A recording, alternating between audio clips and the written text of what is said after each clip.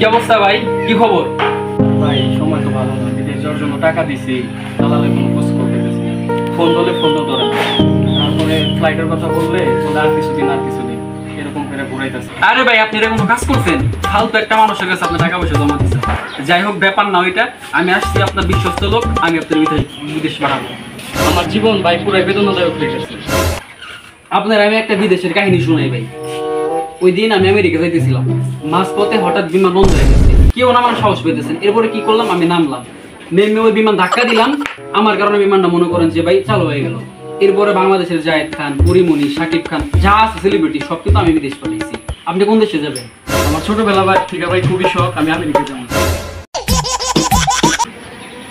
হ্যাঁ মন্টু, হ্যাঁ হ্যাঁ, এই যে আমার ছোট ভাই, ওর নাম হচ্ছে রতন, আমেরিকা যাবে।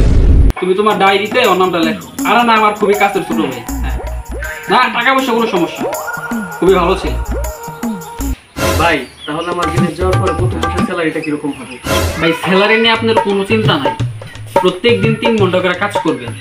প্রথম 3 মাস আপনি স্যালারি পাবেন 1500 ডলার, ঠিক আছে? এরপরে 3 মাস অন্তর অন্তর আপনি পাবেন $1500। এরপরে যখন আপনার 9 মাস হয়ে যাবে তখন আপনি পাবেন $1500। স্যালারি নিয়ে কোনো চিন্তা করবেন না ভাই। আপনার অসংখ্য ধন্যবাদ আমার এত বড় উপকারের জন্য। তো যে আমার মতো একটা লোক পাইছেন। বাংলাদেশের ম্যাক্সিমাম লোক আমি আমেরিকা পাঠাই। এর মধ্যে আপনারা একটা কথা বলে দিই, আমেরিকা যেহেতু যাবেন, ওইখানে কিন্তু ভাই অসংখ্য সুন্দরী সুন্দরী মেয়ে থাকে। মনে করেন যে শর্ট ড্রেস পরা থাকে, টপস পরা থাকে, ওদিকে তাকাবেন না। আপনার একমাত্র মনোযোগ থাকবে কাজের দিকে। টাকা কামাবেন, $1500, $1500, ঠিক আছে? এগুলো সব আপনি পাঠাবেন, কিন্তু মেয়েদের দিকে কোনো নজর দিবেন না। এমন তো আরে অনেকদিন পরে একটা আওয়াজ চোদা পাইছি। ওরে পাড়ামো নেপাল, কিন্তু ওরা বলছে কি আমেরিকা। আগামীকালকে ওরা একটা সাক্ষাৎকারের ব্যবস্থা করছে। আর তুমি সমস্ত ফেক ডকুমেন্টগুলা সিস্টেম করে ফেলাও। আমি একটু পরে আসতেছি, থাকো।